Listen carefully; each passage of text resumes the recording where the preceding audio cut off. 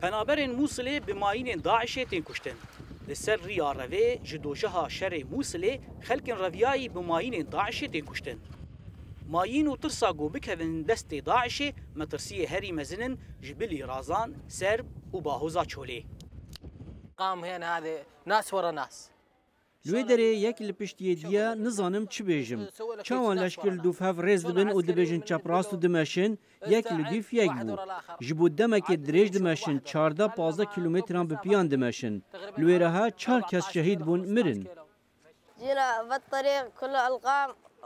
ام به بازدان در ريدا هاتين خلق بنيك رابون بريدا سه شهيد بون يعني مشينا شيء يعني هاتنا ما یک ردیف یک بو ام نزدیک 40 متران بدور کفتین جمالک سه کس مرن. الورا نطق عليهم رقم 3 من عائله واحد توفوا.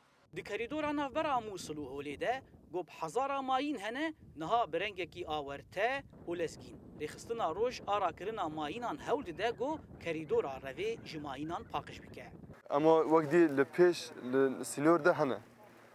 Xetê dirêj û xetê mezin hene yani. Eger mesela mustesî beşar mezin be hên jî penaber warin eger destek bûvîne de nav xetenê paqij kirin xeterî ser jiyana penaber heye ji bo hatinê mesela mayîn pêşî hîna hene.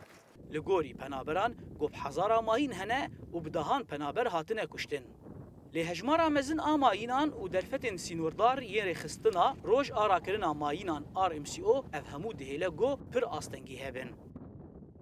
Xelkên Musilê yê got jê direvin dibe got ji şer rizgar bin. Lê dibe got bi mayînan werin kuştin.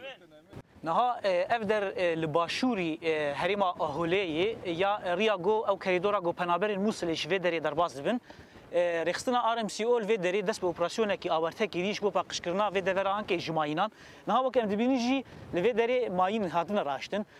Heta li gorî serjmarên got li gorî texmîna RMCO dibêje got dibe got hezara mayîn li vê deverê ankê hebe ji ber got demeke dirêj wê demê Daişê li vê derê mabû.